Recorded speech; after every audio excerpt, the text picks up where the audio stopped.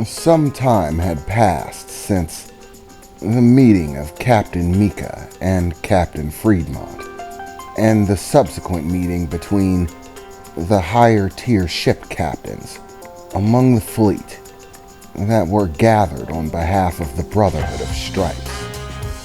Things in the sector had continued to unfold as normally. As of yet, there weren't any new attacks on the Brotherhood of Stripes ships. The enemy seems to be staying fairly silent, most likely assured of their own victory, with the Hadrian mining device well on its way to the sector, with just under 2 weeks remaining until its arrival.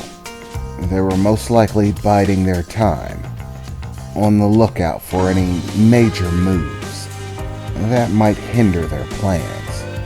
As such, the fleet working under the Brotherhood of Stripes was under a great deal of pressure to remain secretive about all of their actions, while they normally patrolled the star system in order to try to maintain some sort of up-to-date account of the enemy movements. They also had to ensure that the Black Pathos wouldn't get wise to their current run of strategies.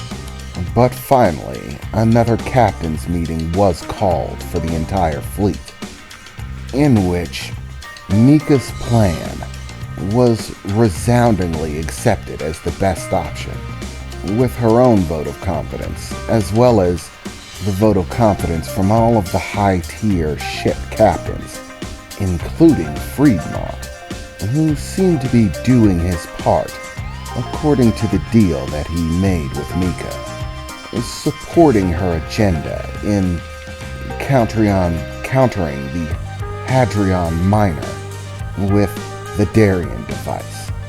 However, support can be skin deep at times, and Mika, of course, knew this. But, as with all plans, the most critical point in time for her plan was arriving. Time was growing shorter, and at last, the Darien device was ready to be picked up, soon to be dropped off in an undisclosed location, outside of the star system that they were currently in. Somewhere discreet where they wouldn't be noticed, and their light-speed signal wouldn't be picked up. With the device on its way, the man given control over the fleet designated Mika, as well as 2 Tier 1 vessels, as the individuals to go pick up the Darien device. The problem being that light-speed travel was not an option. As unfortunate as it is, light-speed travel gives off exceptionally powerful energy readings, ones that can be detected from long distances away. If they attempted to use light-speed travel, then everyone in the entire system, including the enemy units located in the outer belts, would instantly be able to track them, know their precise trajectory, point of arrival, and many other such details. Light-speed travel was not a covert means of moving from one location to another. So while it was inconvenient, it was necessary to stay under light speed, meaning that they would have to transport the Darien device entirely through impulse, propulsion. Once all was said and done, this meant that their timeline was even shorter. By the time that they got done picking up the Darien device and bringing it to the planet in order to deploy it, it would leave them with only 2 days over a week remaining until the arrival of the Hadrian Minor. So, Mika and the 2 Tier 1 vessels were dispatched as quickly as possible and are currently en route to pick up the shipment.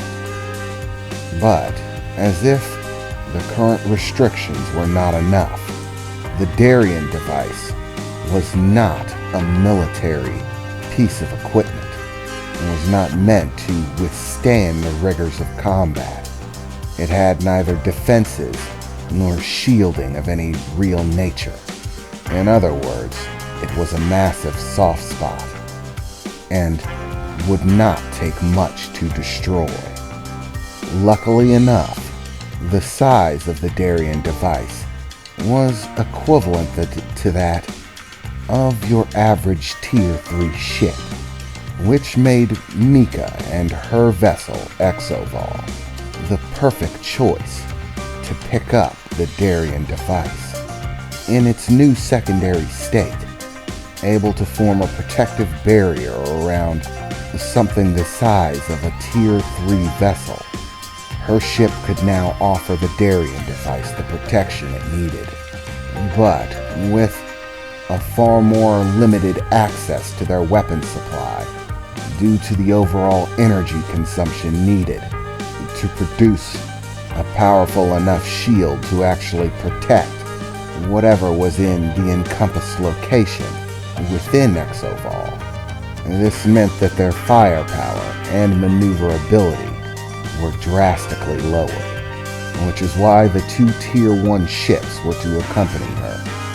Outside of the star system, a short distance from the star system, there was a newly forming gas giant that still had much spread around it of spaceborne gases that clouded sensors and made things within the area hard to detect.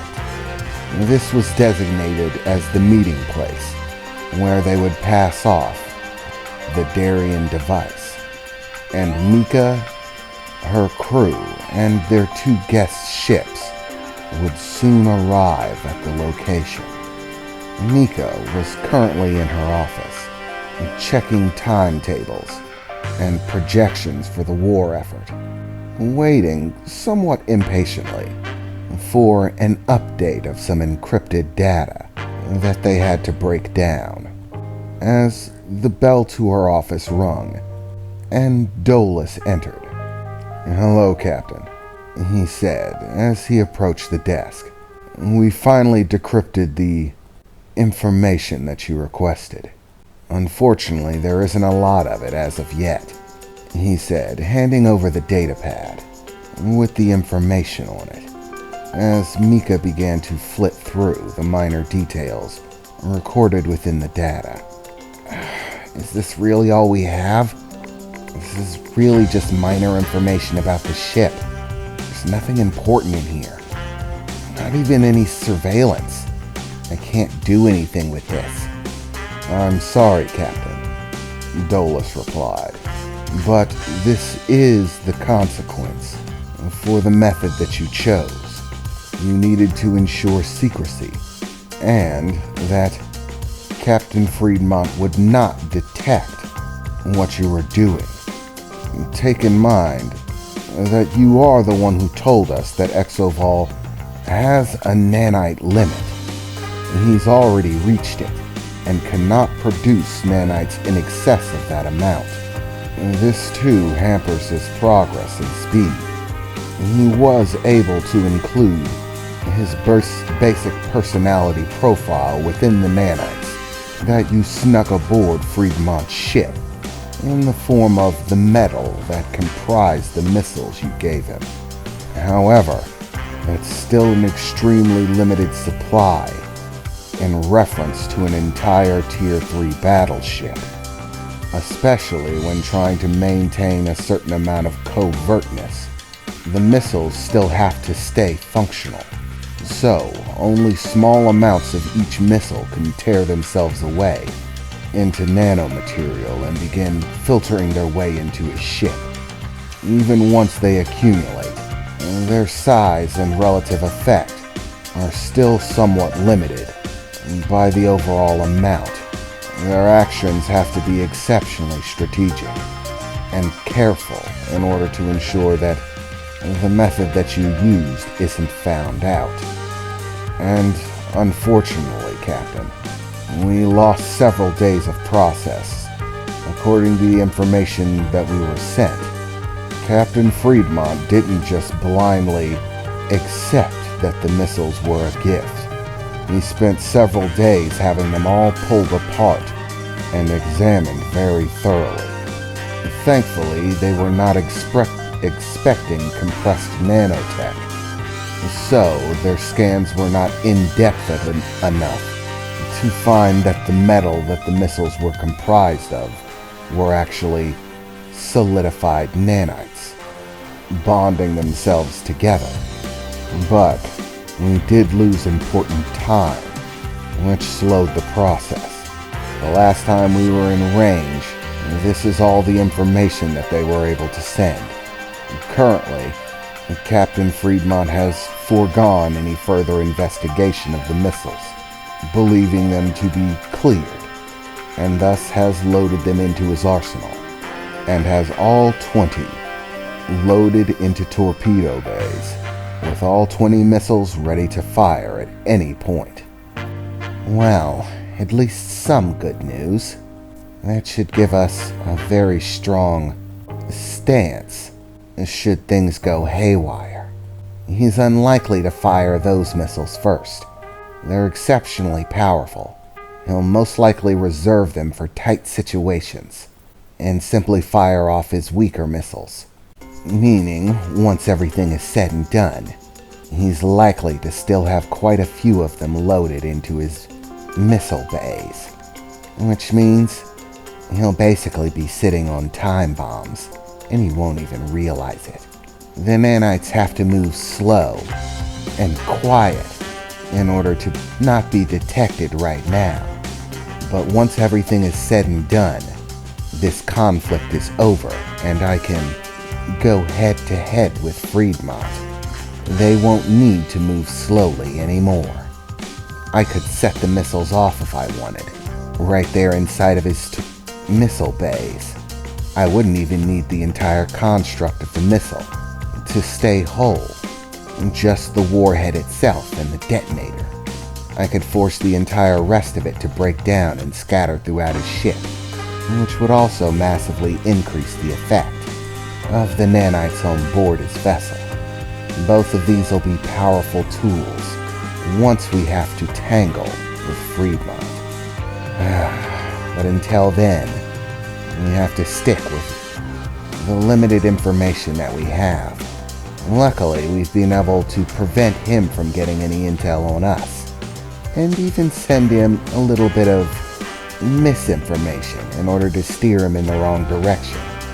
But this little confrontation is far from over. We still have a war to win, and while we are starting to get some information out of the work that we put in, there was still a great deal of time in which Fremont had to move freely. There's no telling what he did in that time frame. So, unless he decides to bring it up after the fact, we can only guess at what he might have been working on during that time. We just have to hope he gets chatty about it once the nanites have tapped into his security systems and can start delivering us some more relevant information, Mika said as she placed the datapad down on her desk. And just as she did, an alert began to sound, a broadcast into her office from the bridge of the ship. Captain Angelica, we've picked up an incoming signal. We believe it's the transport carrying the Darien device. We're confirming our sources now, but is it possible that you can come to bridge? The transport may need to discuss it with you personally. Yes, I'm on my way, Mika replied, as she stood up from her chair with a smile on her face. Okay, let's get this show on the road, she said, beginning to step around her desk and walk towards the exit of her office, making her way towards the bridge.